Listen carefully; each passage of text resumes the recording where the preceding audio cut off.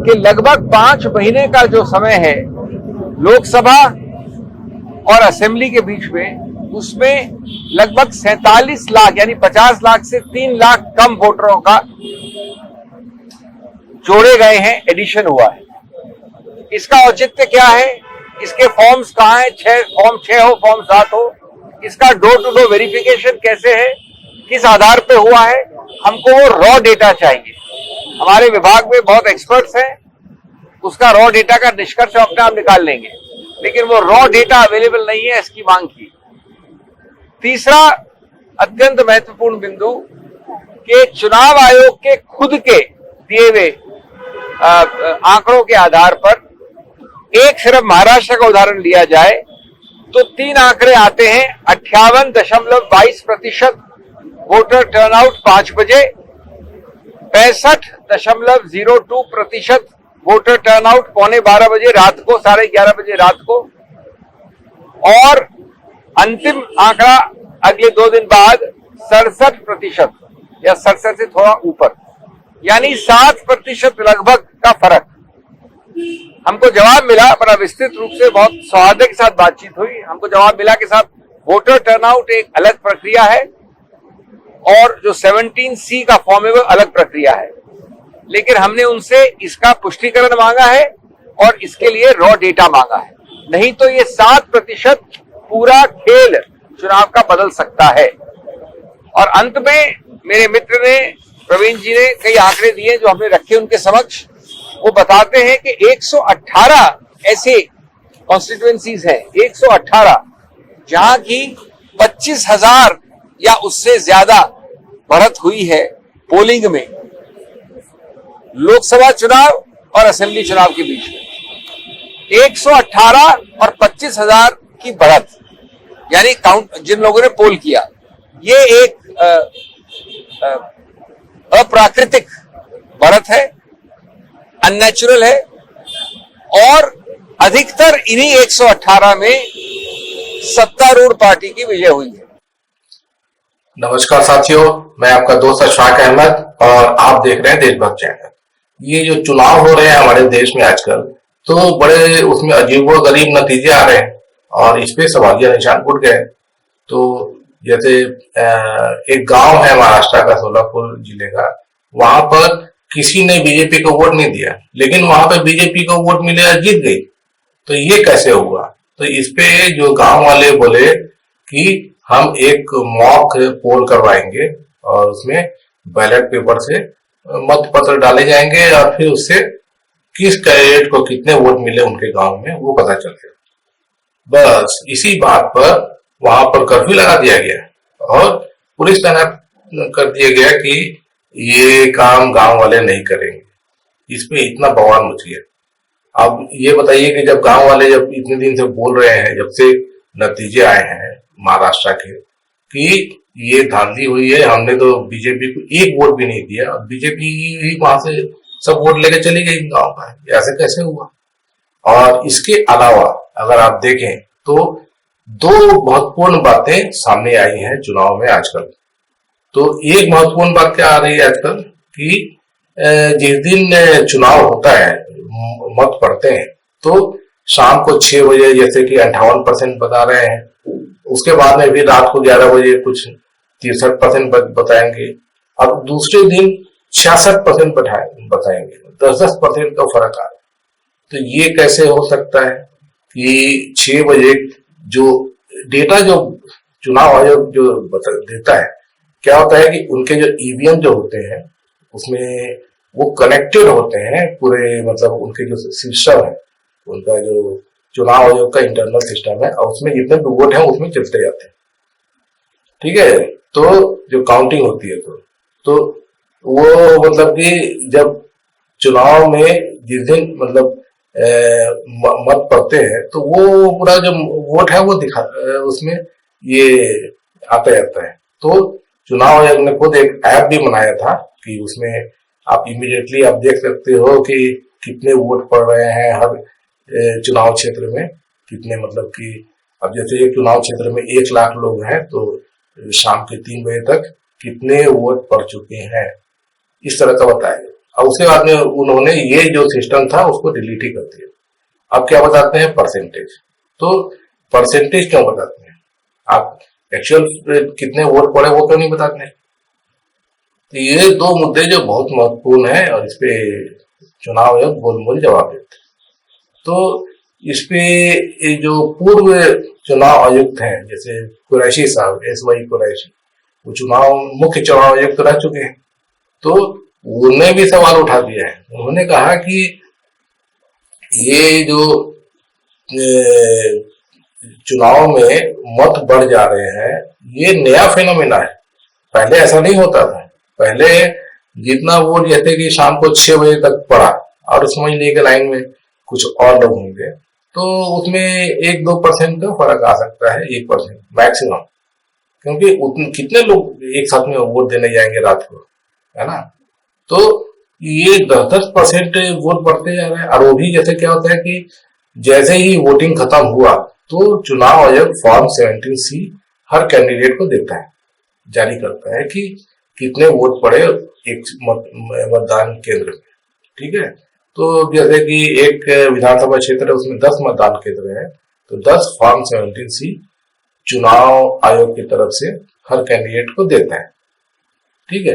तो उसमें कितने वोट पड़े तो वो एकदम साफ साफ उसमें हर किसी को मालूम चलता है। अब ये जो परसेंटेज बढ़ते जा रहा है, तो ये कितने वोट पड़े आखिर में, क्योंकि जिस दिन चुनाव के नतीजे आते हैं तो उस दिन तो चुनाव आयोग जो तो को दिखाना पड़ता है कि एक यहाँ कैंडिडेट को कितने कितने वोट पड़े, कितना कौन सा कैंडिडेट कितने वोट से जीत गया, ये सब डेटा देना पड़ता है ना। तो उस समय तो पूरे कितने वोट पड़े वो मालूम चलता है। तो उससे अगर फिगर को आप देखें कि एक जैसे विधानसभा क्षेत्र में कितने वोट पड़े, है ना, उसमें एक्चुअल नंबर उस समय आ जाता है जब चुनाव का नतीजा निकलता है, उसके पहले नहीं आता है। उसके पहले सिर्फ फॉर्म 17C रहता है, उसमें दिखाया जाता है कि पूरे कितने वोट पड़े उस क्षेत्र से। अदरवाइज जो चुनाव आयोग जो है उसके बीच में सिर्फ परसेंटेज ऑफ वोट दिखाता है। तो अब देखिए क्या होता है कि जैसे इसमें भी एक लूप होल निकल सकता है। कैसे निकल सकता है कि जैसे कि चुनाव आयोग ने फॉर्म 17C कांग्रेस वाले पार्टी के कैंडिडेट को दिया और बीजेपी को दिया और दूसरे पार्टी को दिया, ठीक है।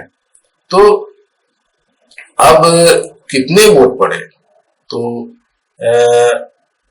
उस दिन जो है आप देखेंगे कि जो कांग्रेस वाला मिलान कर सकते हैं जिस दिन नतीजे आते हैं, है ना, कि इतने ही वोट पड़े थे उसके क्षेत्र में। अब उसमें से कितने वोट कांग्रेस हो गए, कितने वोट बीजेपी हो गए, कितने दूसरी पार्टी हो गए, ये उस वक्त मालूम नहीं चलता है, ठीक है। जिस दिन मतलब मतदान हुआ ये मालूम चलता है जिस दिन रिजल्ट आता है। तो उसमें कांग्रेस वाले को कितने वोट पड़े, बीजेपी वाले कितने वोट पड़े, तो ये जो है इसमें क्या मैनिपुलेशन हो सकता है ना। इसमें जैसे कि अंदर ही इंटरनल सेटिंग कुछ किया हुआ है कि उस दिन तो दिखा दिए कि इतने वोट पड़े, अब इसमें से कांग्रेस को कितने वोट पड़े तो इसमें मैनिपुलेशन हो सकता है कि उसमें से कुछ वोट बीजेपी को चला जाए, दूसरी पार्टी को चला जाए। ये सब चीजें हो सकता है ना अंदर अंदर, क्योंकि ऊपर से तो सिर्फ टोटल वोट ही दिखा रहे हैं। और दूसरे जो ये हर कैंडिडेट होता है तो फॉर्म 17C में जितने वोट टोटल पड़े, 10 फॉर्म 17C जैसे कि मिले उसको, तो उसमें वो पूरा जोड़ के लगा ले हिसाब। और उसके बाद में जब जिस दिन चुनाव का नतीजा आता है तो उस दिन टोटल कितने वोट उसके विधानसभा क्षेत्र में पड़े वो टोटल जोड़ ले। तो इसमें कुछ गड़बड़ी है क्या? इसमें तो गड़बड़ी आता है, ये तो पक्की बात है, क्योंकि खुद 2019 के भी जो चुनाव के नतीजे आए थे तो बहुत बड़ा फर्क आया था। कुछ नहीं तो लोकसभा के जो चुनाव होता है तो 542 सीटों के लिए होता है, तो 542 में से 300 से ज्यादा क्षेत्रों में वोट में फर्क आया।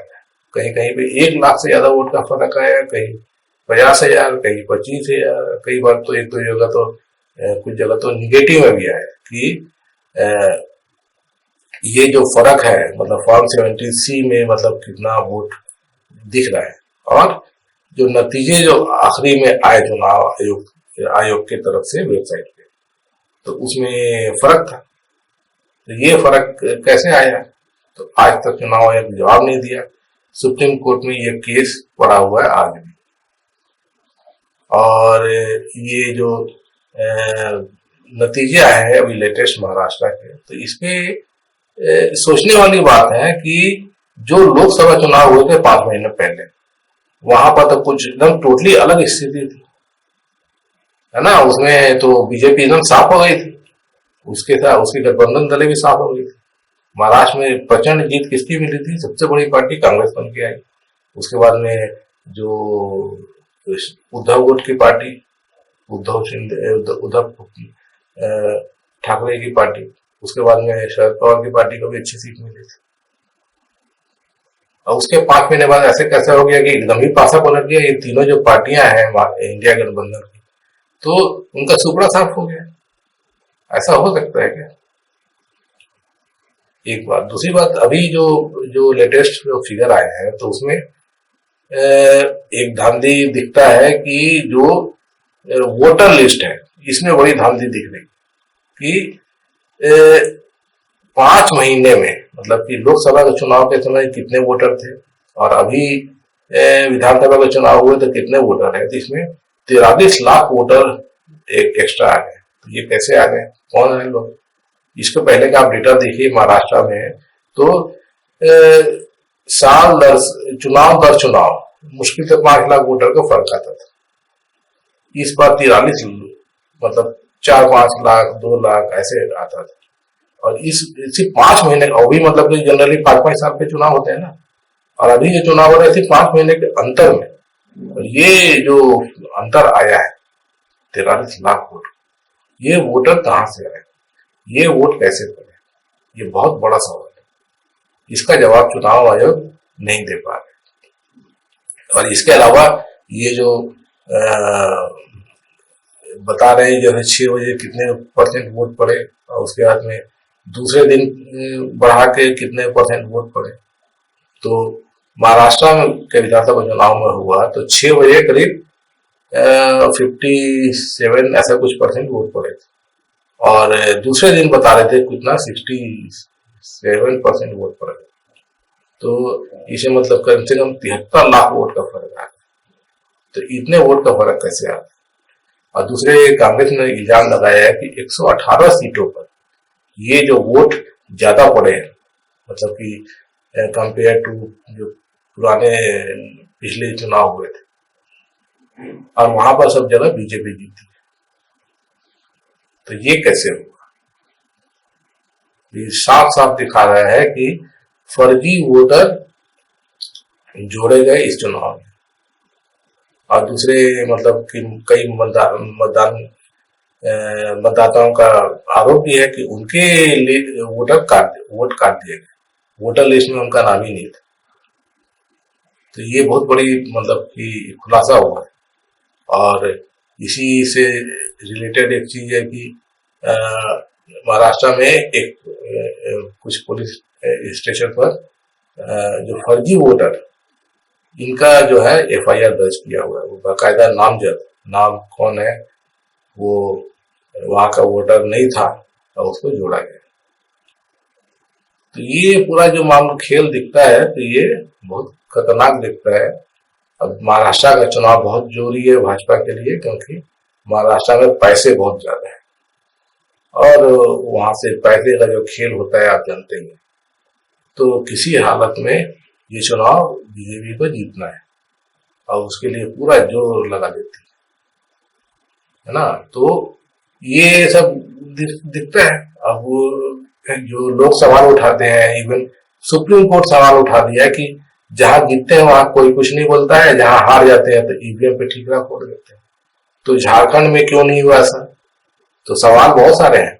झारखंड, अब देखिए क्या होता है कि चुनाव को प्रभावित करना है तो जरूरी नहीं कि हर जगह का चुनाव प्रभावित किया जाए, और ऐसे में बहुत ज्यादा फिर हंगामा खड़ा हो जाएगा।